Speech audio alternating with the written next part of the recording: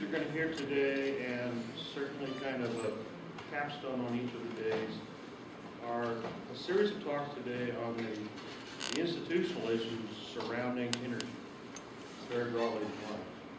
And our first speaker is Paul Komor. He's a member of RACI. He's head of our educational programs and has a very broad knowledge of energy. He's going to talk to you about the implications of scale.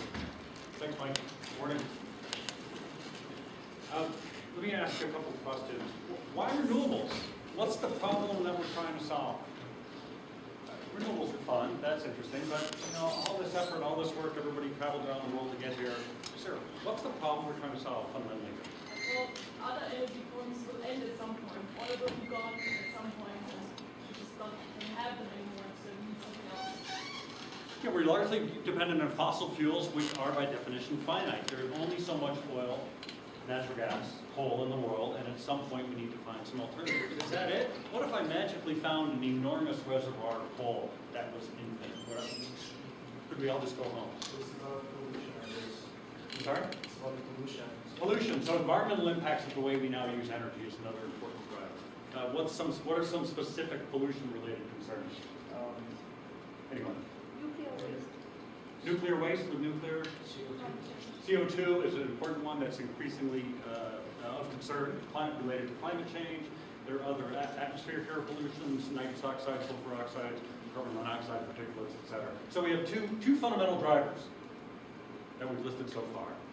Fossil fuels are finite. We're going to have to move to something else because we only have so much fossil fuels.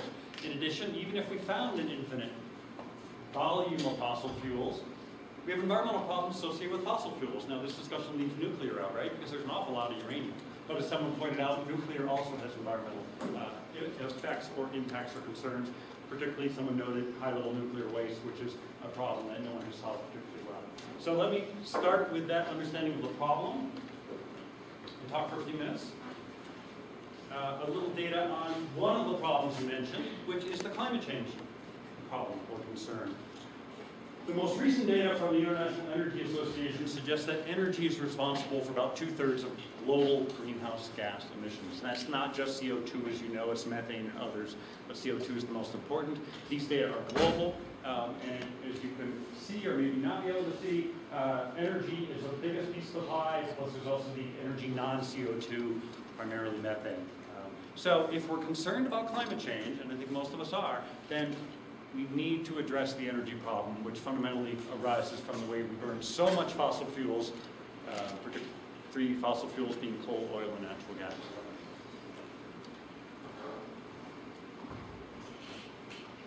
Now, this problem is, according to IEA, is solvable in some way. They, in their study, they talk about a low-carbon future. They have scenarios.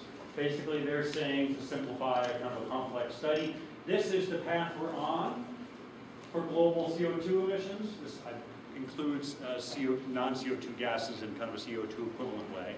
And this is what a possibility, a scenario, that limits the global temperature rise to 2 degrees C, which in their study is something they think we can comprehend. So according to this study, which just came out, a low-carbon future is possible. It's not hopeless. But neither is it easy. Far from assured, we would have to take some pretty dramatic steps in order to see carbon emissions start to come down dramatically as they do in this scenario. If you look at their study, you'll find more details on what would we actually need to see that happen. But the important point to remember is it is a solvable problem, but far from an easy problem. And if you look in more detail at the results, the essential finding here is renewables are a critical component of a low-carbon future. We cannot dramatically reduce carbon emissions without dramatic increases in the use of renewables to provide energy for the world. And it's a little hard to see, but this is the most recent, or essentially 2009 data, and this is the scenario that shows that 2 degrees C rise. In other words, what we'll call a low-carbon future. And if you can, again, it's a little hard for you to see, but let me just summarize. Renewables play a much larger role in this energy future. So again, to summarize, the IEA study had a low carbon scenario where carbon emissions come down which limits the climate warming effect. But in order to do that, we're going to have to make extensive use of renewables, some much greater than we currently have. Again, this is a global perspective on the problem.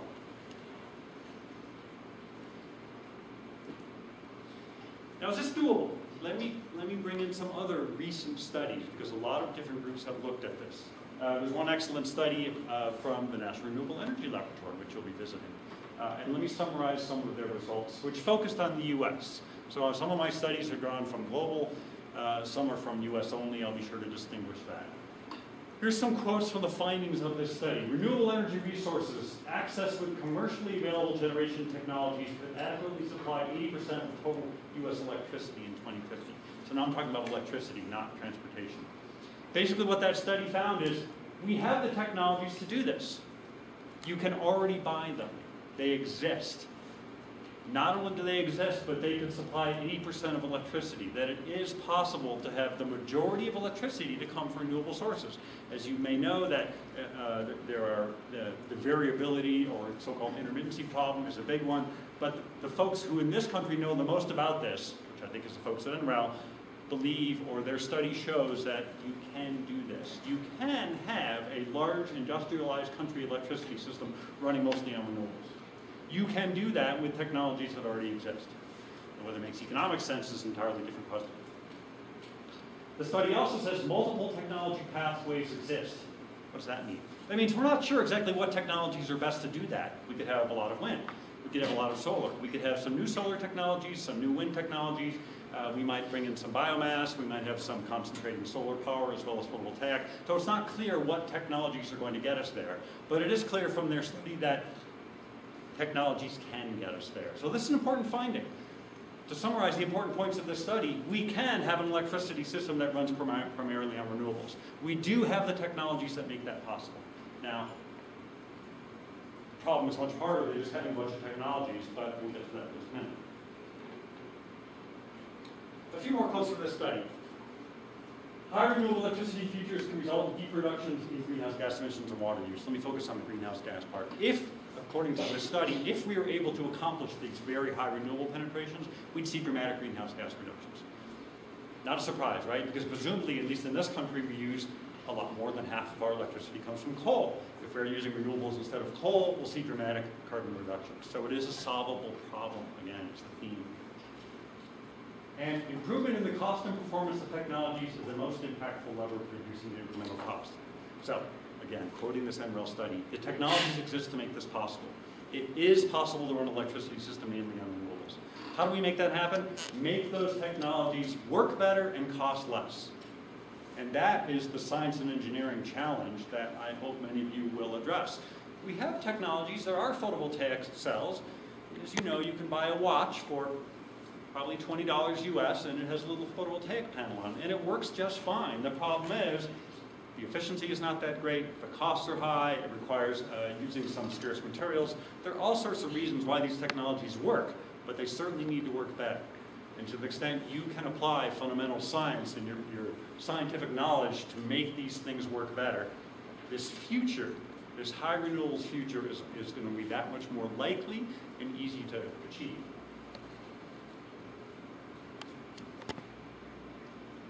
However, there's always a however. Better technologies are not enough. So one thought experiment that we'll come back to later in the day is, imagine I wave my wand and I'm able to produce, I have in my hand, you can't see it because it doesn't exist. A photovoltaic cell costs 10 cents to make, it's 20% efficient. 10 cents per watt, excuse me, that's the production cost. And it is 20% efficient. You might think, wow, our problems are solved. We have a low-cost, highly efficient technologies. All we need to do is apply it. Well, that all we need to do challenge is a big one. That's what we'll be talking about largely today. Let me give you a few examples of non-technical challenges. Concentrating solar power is a technology which is finding some applications in the southwest US, in some southern European countries with high insolation levels, but fundamentally, it's a water-intensive technology. It uses a steam turbine. If you're out in the desert, there's not a lot of water. Technologically, that's not a problem you can solve with better technology, or not really. You can talk about dry cooling, but in the desert, dry cooling doesn't work very well because it's too hot. And this is an environmental challenge, a political challenge, a policy challenge. It's not fundamentally a technical issue. It's just, do we want to use that much water for this technology? How do we get it there? Who's going to pay for it? That's all aren't really technical questions. Difficulties in siting transmission for wind power. One of the challenges with wind power or wind turbines is you need to put them where the wind is. If there's no transmission access, you need to build a transmission line. The cost for that, it's not inexpensive, but that's not really the challenge. It's that people who live along those corridors don't want transmission lines. That's not a technical problem. That is a policy or political problem. What if the only access for the transmission line is through beautiful public lands that people don't think it's appropriate to site lines on? This is, again, a policy challenge, a regulatory challenge, not a technical challenge. We know how to build transmission lines. We've been doing that worldwide since probably the 1910s, 1920s. You hire a company, they put it up. That's not the problem. The problem is how do you get agreement on where to actually put it? High interconnection backup charges for distributed photovoltaics. From a utility perspective, many utilities don't really like distributed photovoltaics because all sorts of reasons. They're concerned about safety of working on the system. They don't like to lose control of the system because it's not a generator that they can turn on and off.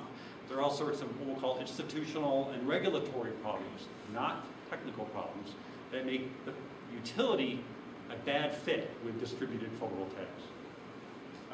In this country, we suffer a lot from start and stop federal policies. There's a push to institute a policy such as a tax credit for wind, but then it tends to go away, and then it comes back, and then it goes away, and then it comes back. That's a political problem. That makes it hard for the industry to achieve a level of kind of economic or business maturity, a political problem. And I talked briefly about this. Another one is regulated utilities, big electricity companies, whether state-run or regulated, don't really like to build new power plants. They have a lot of incentives in place to do that. They've done it successfully for years. They're maybe less enthused about building renewables. Not a technical challenge, but a policy, regulatory, institutional challenge. The fundamental point here, there are a lot of reasons why, a lot of challenges to getting significant renewables penetrations. One, essential one, that many of you I think are addressing, and I hope you address in your careers, are the scientific, technical challenges. We need to make these technologies better, last longer, cost less, perform better. But there are other challenges as well, and even if you dedicate your career to science, it's useful for you to recognize the rest of the world and all the other challenges we need to overcome. And that's going to be the focus of many of the lectures today. Again, this iCamp Summer School focuses on science and technology. The bulk of your guest speakers are renowned scientists and researchers from around the world in the scientific community, but that's not all you're going to hear about. We also provide a basic understanding of what we'll call the non-technical challenge. How does the renewable industry work? What are the policies like? Why do they work? When don't they work? And what do we need to do to build a large, mature, enduring renewables industry? Because we need to overcome all the challenges to ensure a sustainable future. And even if you are a scientist, that's an essential, fundamental role in solving the problem. But there are other challenges as well that are useful for you to at least have an understanding and acknowledgement of. So let me talk about the non-technical problem. Again, what I mean by that are the lectures that don't pertain specifically to science and technology. Today, we'll have speakers talking about these issues, economic and institutional challenges, the legal and policy challenges, business and financial challenges, environmental challenges. So that's today. Furthermore, as Yvonne mentioned, many of the days in the Future Summer School have a 4 p.m. slot set aside for thinking about some of these larger, different issues. Not every day, but most days at 4 o'clock we'll have a special guest lecture on renewables that's going to talk about not a science and technology issue, but another issue. So we have continued exposure to the wider world of renewables. Who's coming at 4 p.m.? Some examples of the high-level folks that we've contacted. Told them about you, the group in the summer school, and they're all enthused to come and speak with you. We have the former governor of the state of Colorado coming. We have the former Secretary of the Interior for the entire U.S. coming. We have the former chair of the PUC, which is the Public Utility Commission, the Colorado State agency or organization that regulates the electricity industry. We have many other noted researchers and practitioners coming, so you're going to hear from some very high-level folks about the challenges to renewables. So let me come back and talk about the problem and the challenge and the solutions. What we're talking about here is essentially a transition to renewables. How do we make that happen? How do we get these technologies to work better? What are some of the fundamental scientific challenges we need to overcome? What are the institutional policy questions? But let me know, these are US data. A transition to a new fuel is not unprecedented. In fact, it's happening all the time, and this is historical data from the US. Going back to 1780, what was the fundamental fuel we used? You'll have to guess because you probably can't read it because the font's too small. What fuel, to the extent people used a fuel back here up until 1850, 1840, what was it? Any guesses? Sorry. Wood. Wood. Basically, what you used fuel back in the early 1800s, fuel was predominantly for space heating and cooking. You took down lumber or you cut down trees and waited until the green wood dried out and you burned it. Pretty straightforward. Starting about 1850, there was a transition to a new fuel, coal. Why coal? Why was coal better than wood? Or why was wood not so good anymore? What do you think are some of the issues that drove that transition from wood to coal? I'm sorry, I can't hear you. Higher energy content in coal. Yes, what's explained for those of you who haven't looked at a ton of coal in my hand? What's better about the energy content? There's less water and less other stuff. Yeah, higher energy density is the way to say it, whether per mass or per volume. So if you want to lug a bunch of fuel home to cook dinner, you can lug less coal because it is more dense. So there are advantages to coal. Any guesses as to what the problems are with wood? Was there enough wood? Back in the 1850s, most of the U.S. population lived on the East Coast. It was largely, or becoming largely deforested by then. So there are two drivers. We were not running out of wood, but wood was increasingly scarce. People discovered coal in the ground. It was less lugging. You'd have a hand cart full of coal that would last you a couple days, where a hand cart full of wood in a cold northern U.S. winter would only last you a day. A transition. We went away from wood, we went to coal. Well, something else popped up about 1910. This is petroleum. What's good about oil? Easy transport. Yes, so about the same time in the U.S., the private vehicle fleet went from an obscure luxury product to a product that was somewhat affordable by middle-class folks. This was the Ford Model A and Model T, became widely available. Can you run a car on coal? Well, you can, but it's not easy. We actually did that in the early 1800s, but a steam-based car just does not work well. Oil is great for running cars with gasoline once you refine it because you can move it as a liquid, high energy density, all sorts of reasons why oil was better than coal and made these new things possible. Well, other fuels started to pop up. Next, we saw natural gas. People discovered, hey, this gas stuff we've just been venting to the extent we found it with oil actually can be useful. You can use it, move it through pipelines. It's relatively inexpensive. Prices went up, it's relatively expensive, it turns out today as well. Prices of that have gone up and down. But I'm trying to get the sense of these fuel transitions. They happen. The old fuels don't work as well. Someone comes up with a new fuel. This was going to solve all our problems in the U.S. This one popped up about 1970. Any guesses as to what that new red one is? Nuclear. That was seen back in the 60s and 70s as the new fuel that will solve all our problems.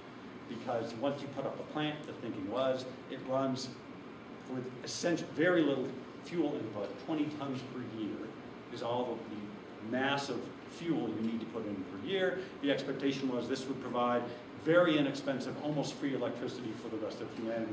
It didn't work out that way in the US, and many other countries, as you know, have struggled with nuclear, but there's a belief that this red one would take off. It didn't. And what's just starting to show up here? Well, you can't read it, but that's other renewables. The other in the US means non-hydro, because hydro is a different story. So maybe we're on the cusp of the new one coming up. As I've talked about, it's not exactly clear how to make that happen. Technologies are okay, but not great. There are a lot of institutional challenges. But if you look at a longer-term horizon, going from one fuel to the next happens all the time. We just need to figure out how to go to the next fuel now, which is renewables. And in fact, as someone pointed out at the beginning of my talk, it's really unavoidable. So here's a very long-term view. We are going to move beyond fossil fuels in the world. We have no choice. There are only so much left: coal, oil, natural gas. As you know, oil is already getting scarce. We're seeing more and more price increases of oil. We can beat that back to some degree for a little while with new technologies, horizontal drilling. We've had a recent large increase in the amount of accessible natural gas due to new technologies, largely horizontal drilling and fracking. But still, if something is finite, it means by definition there's only so much left. So we are going to, as a society, move beyond fossil fuels. It's going to happen regardless. But the question is, can we do this well? Can we do this in a just way, in a peaceful way, in a way that protects and preserves the natural environment? Are we going to have an ugly, rough, abrasive transition that is damaging to the world? That's the challenge. We will move beyond fossil fuels, but we would like to do that in a way that protects societies, that protects the environment, that is just and equitable, and provides all people around the world with the fundamental services energy provides. That's our challenge. Not to move away from fossil fuels, because we're going to do that regardless, but to move beyond fossil fuels in a way that helps the world, helps society, and helps the environment.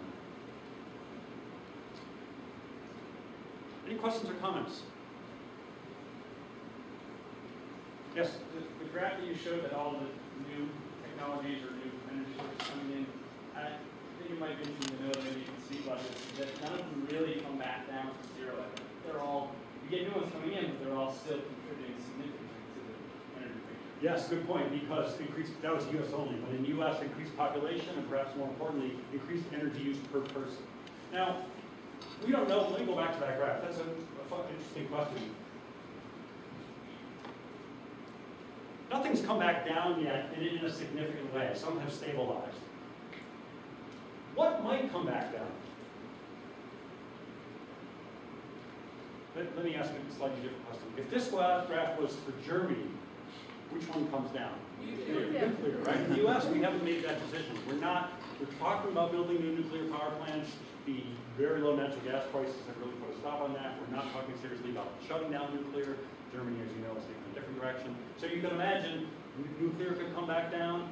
If oil prices get quite high and stay high, we might start to move to alternatives, but it's a very good point.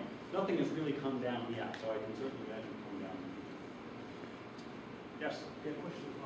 What do you predict is going to be the main driver that causes renewables to be picked up? Because what you pointed out here in the slide very accurately is that as each new renewable came, there was really a practical reason why the next generation needed it. So we talked about some disadvantages of fossil fuels, but other people may argue, yeah, that's a disadvantage, but we're living off of the fine. We have oil, and yes, we have all these situations, but who cares? I can still power my car, I can still live my life, everything's good. What do you predict is going to be the ultimate driver that forces the whole political climate and everything to kind of shift? Just three questions. So the way I think about it, Jason, well, why renewables? Why should we go to them? The current system seems to work pretty well. So I can talk about that, answer it in several ways. Let me take a descriptive approach. In other words, meaning what I think is likely to happen as opposed to what I think should happen or would be nice to happen. I think high prices are going to drive the transition more than anything else. If oil prices stay high, people will be increasingly interested in alternatives. You've seen that to a small degree in the US, that sales of hybrid vehicles, even with their high efficiency, is quite high. If natural gas prices come back up, it's going to make wind power less expensive. So there'll be just that fundamental economic driver. But currently that's not the case. Currently natural gas is very cheap in the US, and that has made it very difficult to make a living in renewables. So I think the fundamental drivers are economic. Second to that are policy drivers. As you'll probably hear about later today, over half the US states have rules in place that require renewables that set a goal. For example, in the state of Colorado, 30% of our electricity must come from renewables by the year 2020. That is a law, a regulation that is unlikely to be changed. So like the first driver will be economic, to the extent renewables are cheaper, and they're generally not now, or it's kind of gray. And the second fundamental driver will be policy. We have what I call moderately aggressive policies in much of the US that are going to make this transition happen to some degree. But we are working an uphill battle. People have to, there has to be a recognition of a problem to be solved in order to make that transition. Yeah. A point to make here, I think, is that all these technologies, the time constant for that increase is something like 40 years or so. And the challenge here is to actually do that much faster for renewables and before 2050 to be somewhere halfway up. Yeah, we don't have a lot of time from a climate perspective. And now we are seeing large increases in renewable electricity in some parts of the U.S. For example, Colorado has seen very large installations of wind power in the last 10 years. That's not generally true across the U.S. or across the world. So we don't have a lot of time. Yes? Paul, you mentioned the growth of natural gas. And in fact, because of that, CO2 emissions in the U.S. have decreased over the last year. So is natural gas beneficial for renewables? So I have a friend who's a senior in a wind industry, in a wind manufacturer. And I asked him, I said, is the low price of natural gas going to help wind because natural gas and wind play well together? Or is it going to hurt wind because it can undercut you economically? And his answer was yes. In other words, his answer didn't make sense. They don't know yet. Clearly, substituting natural gas for coal reduces carbon emissions, roughly 50%, because the carbon intensity of natural gas is roughly half that of coal. But it is increasingly difficult in the renewables industry to compete with very inexpensive natural gas. So overall, my view from a descriptive perspective is that these very low natural gas prices do give us a kind of a short-term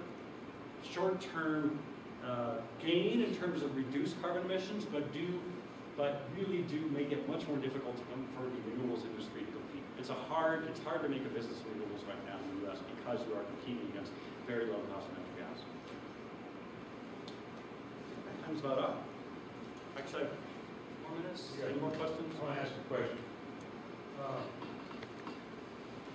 said in my comments that energy is an enabler of the economy. It really enables productivity. And right now it's 90% of global GDP.